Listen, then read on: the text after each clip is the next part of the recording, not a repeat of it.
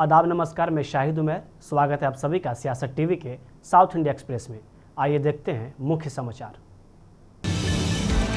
Telangana BJP president N Ramchander Rao ने कहा कि तमिलनाडु में 2 महीने के अंदर चुनाव होने की उम्मीद है। रूलिंग पार्टी के पॉलिटिकल बयानों से पता चलता है कि वे फ्रस्ट्रेट हैं, इसलिए वे बीजेपी AIADMK अलायंस पर हमला कर रहे हैं। इतना ही नहीं, वे प्राइम मिनिस्टर पर भी हमला कर रहे हैं। ये सभी इशारे हैं कि DMK तमिलनाडु में हारने वाली है। उनकी फ्रस्ट्रेशन उन्हें प्राइम मिनिस्टर पर पर्सनल कमेंट करने पर मजबूर कर रही है। वे अपने बयानों से हिंदू धर्म और सनातन धर्म का मान करने की कोशिश कर रहे हैं। मुझे यकीन है कि DMK अपना सेंस खो देगी और बीजेपी और AIADMK तमिलनाडु में सरकार बनाएंगे। तेलंगाना के कमारेड्डी के बांसवाड़ा में धीरे धीरे हालात सामान्य हो रहे हैं। वही जिला पुलिस ने सांप्रदायिक झड़प में कथित रूप से शामिल होने के आरोप में अब तक 19 लोगों को गिरफ्तार किया है। कमारेड्डी के पुलिस सुपरिंटेंडेंट राजेश चंद्रा ने कहा कि हमने 42 लोगों की पहचान की है, जिनमें से 19 को पकड़ लिया गया है। बाकी संदिग्धों को पकड़ने की कोशिश लगातार जारी है। अधिकारी ने चेतावनी दी है कि पुलिस सोशल मीडिया प्लेटफॉर्म पर सांप्रदायिक नफरत फैलाने वाले फेक न्यूज, मॉर्फ्ड वीडियो या भड़काऊ पोस्ट फैलाने वाले किसी भी व्यक्ति के खिलाफ केस दर्ज करने में हिचकिचाएगी नहीं। उन्होंने कहा 120 लोगों पर निगरानी रखी गई है और कई लोगों के खिलाफ पहले ही केस दर्ज किए जा चुके हैं। SP चंद्रा ने लोगों से शांति बनाए रखने में पुलिस का सहयोग करने की अपील की। नागरिकों से सोशल मीडिया पर जिम्मेदारी से काम करने और किसी भी संदिग्ध गतिविधि की तुरंत पुलिस को रिपोर्ट करने के लिए कहा गया है।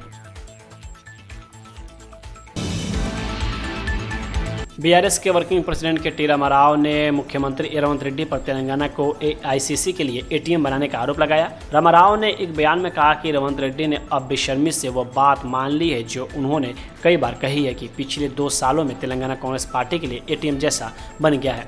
वह रेवंत रेड्डी के गांधी परिवार को 1000 करोड़ रुपए के कथित ऑफर का जिक्र कर रहे थे। मुख्यमंत्री ने कथित तौर पर एक भाषण में कहा था कि और गांधी परिवार में कोई भी फाइनेंशियल दिक्कत में है तो तेलंगाना कांग्रेस के कार्यकर्ता उनके लिए 1000 करोड़ रुपए का इंतजाम करने को तैयार हैं। पूर्व मंत्री ने दुख जताया कि राज्य की दौलत कांग्रेस लीडरशिप को ट्रांसफर की जा रही है और तेलंगाना की सेल्फ रिस्पेक्ट दिल्ली की सड़कों पर गिरवी रखी जा रही है।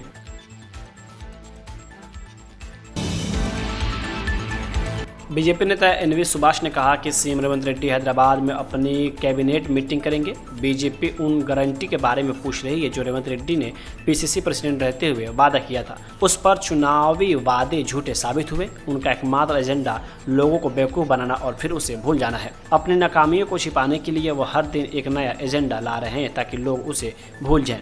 इस कैबिनेट मीटिंग में बीजेपी मांग करती है कि गांधी परिवार को 1000 करोड़ रुपए देने के बजाय बाकी सभी मुद्दों पर ध्यान दिया जाए। इस कैबिनेट मीटिंग में हम तेलंगाना के विकास के लिए कुछ अच्छे समाधान और आम सहमति की उम्मीद करते हैं। आंध्र प्रदेश बीजेपी माइनॉरिटी मोर्चा के प्रेसिडेंट सैयद बादशाह ने कहा कि कल PM मोदी ने AI समिट और समिट में यूथ कांग्रेस के प्रोटेस्ट के बारे में बात की। ऐसे समय में जब हम दुनिया को दिखा रहे हैं कि हमारा देश AI में कितना डेवलपमेंट कर रहा है, कांग्रेस ने जो किया वो बहुत ही गलत। मेरठ में प्रोग्राम में हमारे प्रीतम नरेंद्र मोदी जी बोले थे, पहली बार उन्होंने एक समिट के बारे में और कांग्रेस युवा नायकों के बारे में कल बात करे थे।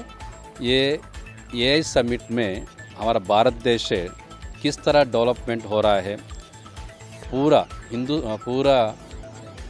वर्ल्ड को दिखलाने के टाइम में कांग्रेस वाले जो करे से काम है वो बहुत गलीज काम है, हमारी इज्जत काट डाले। मोदी जी बोलते हैं कांग्रेस वाले काम यही है।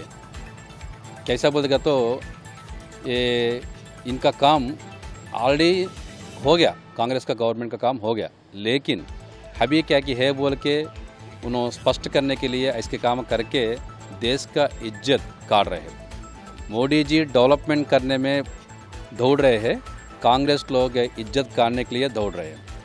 हम फैमिली में कितने झड़ते हों वो बैठ कर बात करना चाहिए और पार्लियामेंट में उस प्लेस में आके डिस्कस करना चाहिए। लेकिन एक भारत देश में इस तरह से AA के बारे में इतना स्थिति हमें डेवलप कर रहे हैं बोल के वर्ल्ड को दिखलाते इस टाइम में कांग्रेस के नायक आना, वहाँ पे हलचल करना, वो भी चोर के नाथ घुस के करना, इसमें बीजेपी लोग कोई भी नहीं आए हैं। ओनली वर्ल्ड में 22 कंट्रीज़ के फेमस बिजनेस पर्सन्स जो AA पे इंटरेस्ट है तो वो ही तो आए थे। उनके लिए लेकिन 1 वीक बिफोर एक 10 डेज ग्राउंड वर्क करके अच्छे तरह से हमारे भारत देश का अच्छा नाम आना चाहिए बोल के हर एक आदमी भी मेहनत पढ़ को करे तो कांग्रेस वाले वो काम पूरा बर्बाद कर दे। बीजेपी में और बीजेपी साथ ही हमारे हिंदुस्तान वाले 140 करोड़ आवाम डेवलपमेंट के बारे में सोच रहे तो कांग्रेस लोग उसका इज्जत करने के वास्ते सोच रहे हैं। ये आपका गलती नहीं है, ये आपका कांग्रेस की गलती है। आपके काम कैसे रहेगा तो ये 60 ईयर्स में आप क्या भी नहीं करें, लेकिन नरेंद्र मोदी जी 11 साल में पूरा कर रहे हैं। आप कर्नाटक की कांग्रेस सरकार 16 साल से कम उम्र के छात्रों के लिए मोबाइल फ़ोन के इस्तेमाल पर पाबंदी लगाने की योजना बना रही है। सरकार का मानना है कि सोशल मीडिया की लत और इसका युवाओं के मानसिक स्वास्थ्य पर बुरा असर एक गंभीर चिंता का विषय है। मुख्यमंत्री सिद्धरामैया ने सरकारी विश्वविद्यालयों के कुलपतियों के साथ बैठक में इस प्रस्ताव पर चर्चा की। उन्होंने कहा कि बच्चे न केवल सोशल मीडिया के शिकार हो रहे हैं बल्कि ड्रग्स के खतरे में भी फंस रहे हैं। ऑस्ट्रेलिया जैसे देशों का उदाहरण देते हुए उन्होंने विशेषज्ञों से फीडबैक मांगा है कि क्या कैंपस में नाबालिगों के लिए मोबाइल फ़ोन का एक्सेस कम कर देना चाहिए। विपक्षी पार्टियों के उनके खिलाफ विरोध प्रदर्शन पर केरल के हेल्थ मिनिस्टर वीना जॉर्ज ने कहा कि यह साफ है कि इन सभी हमलों के पीछे एक एजेंडा है। इसका एक उदाहरण है 2016 से पहले सरकारी अस्पतालों में सिर्फ 12 डायलिसिस यूनिट थी। अभी सरकारी अस्पतालों में 3000 मरीजों का डायलिसिस मुफ्त में हो रहा है। हमारे सभी जिला अस्पताल में कैथ लैब भी है। आज मरीज सरकारी अस्पतालों में अलग अलग प्रोसीजर मुफ्त में करवा रहे हैं। वहीं आगे उन्होंने ये भी कहा कि आज सीएम एक रीजनल कैंसर सेंटर का उद्घाटन कर रहे हैं। जो लोग ऐसे हमलों को लीड कर रहे हैं वे सरकारी सुविधाओं को ख़त्म करना चाहते हैं और लोगों को प्राइवेट सेक्टर में ले जाना चाहते हैं। वे एक नैरेटिव बनाने की कोशिश कर रहे हैं और इस सब के पीछे की फंडिंग संदिग्ध है।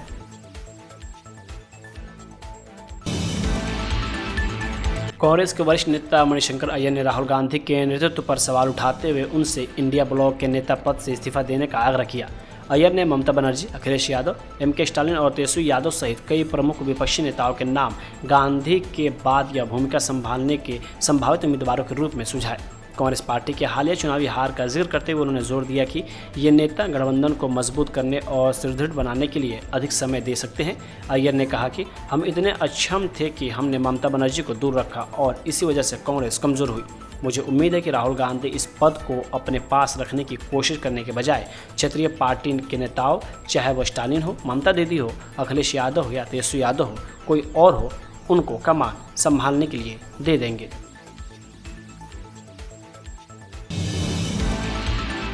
डीएमके और तमिलनाडु असेंबली पर कांग्रेस नेता उदित राज ने कहा कि डीएमके बहुत मजबूती से खड़ी है और वे अपनी द्रविड़ संस्कृति और तमिल भाषा से पीछे नहीं हटे। लेकिन उन्होंने गवर्नर को भेजकर बहुत रुकावटें डालने की कोशिश की।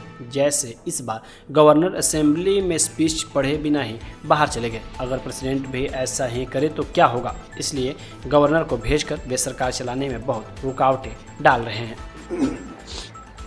हाँ, आतंक का राज तो हर जगह फैला रखा है, विपक्ष में भी, ईडी, सीबीआई और इनकम टैक्स का। लेकिन डीएमके बड़ी मजबूती से खड़ी है, बात तो सच है। और जो उनका अपना कल्चर है, द्रविडियन कल्चर है और तमिल भाषा है और बातों को लेकर के वो टच से मस नहीं हुए। हालांकि गवर्नर को भेज करके काफ़ी अड़ंगा डालने की कोशिश किया। जैसे कि इस बार गवर्नर ने जो स्पीच है, विधानसभा की स्पीच है, बिना पढ़े वॉकआउट कर जाना। अगर यही राष्ट्रपति करें तो क्या होगा। तो गवर्नर को भेज करके सरकार को चलाने में बहुत ज़्यादा बाधाएं तो पैदा कर रहे हैं। सर, अफगानिस्तान और एमके कांग्रेस गठबंधन पर टीवीके के joint general secretary CTR Nirmal Kumar ने कहा कि कांग्रेस और डीएमके के साथ एमके स्टालिन कह रहे थे कि उनका बहुत मजबूत गठबंधन है। पिछले महीने हमने देखा कि डीएमके के मंत्री और डीएमके के जिला सेक्रेटरी कांग्रेस के बारे में गलत बोल रहे थे, जिनसे दोनों पार्टियों के बीच और ज्यादा टूट पड़ गई। यह डीएमके का तरीका था जिससे उनके गठबंधन पार्टनर को धमकाया जाता था और यह पक्का किया जाता था कि वे कंट्रोल में है। वहीं आगे उन्होंने कहा कि मैं ज्यादातर कांग्रेस कैडर और नेताओं को बोलते हुए देख सकता था, यह कहते हुए कि भले ही वे गठबंधन जारी रखें, डीएमके यह पक्का करेगी कि उनके सभी कांग्रेस उम्मीदवार चुनाव हार जाएं।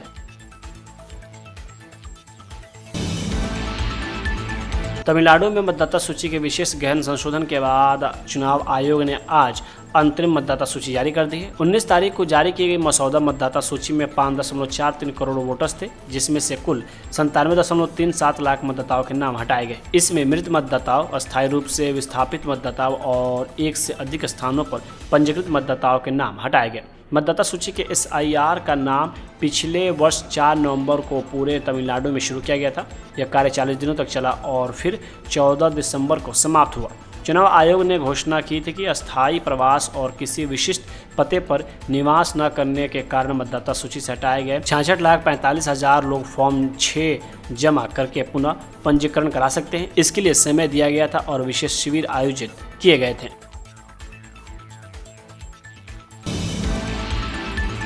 महाराष्ट्र के पूर्व उप मुख्यमंत्री अजित पवार के निधन पर महाराष्ट्र के उप मुख्यमंत्री एकनाथ शिंदे ने कहा कि वो सबको साथ लेकर चलने वाले व्यक्ति थे। महाराष्ट्र को बहुत बड़ा नुकसान हुआ है, सभी लोगों ने अपनी भावना व्यक्त की है। यह घटना सबके लिए बहुत दुखद है। लोगों ने व्यक्त की है। उप मुख्यमंत्री, एक जुझारू नेता और सबको साथ लेकर चलने वाला स्पष्ट वक्ता, जो होने वाला वो करने वाला, जो नहीं होने वाला वो ना बोलने वाला। अरे महाराष्ट्र की जो वित्त मंत्रालय है, जो इतने बड़ी स्कीम करने के बावजूद भी ये सही ढंग से सबका बैलेंस रखने वाला, बहुत ही महाराष्ट्र का बड़ा नुकसान हुआ। इसलिए सभी लोगों ने अपनी अपनी भावना व्यक्त की है। ये अनहोनी घटना है सबके लिए, बहुत ही दुखद। अपोजिशन कह रही सिटी पार्क का नाम अजित पवार के लिए देना चाहिए।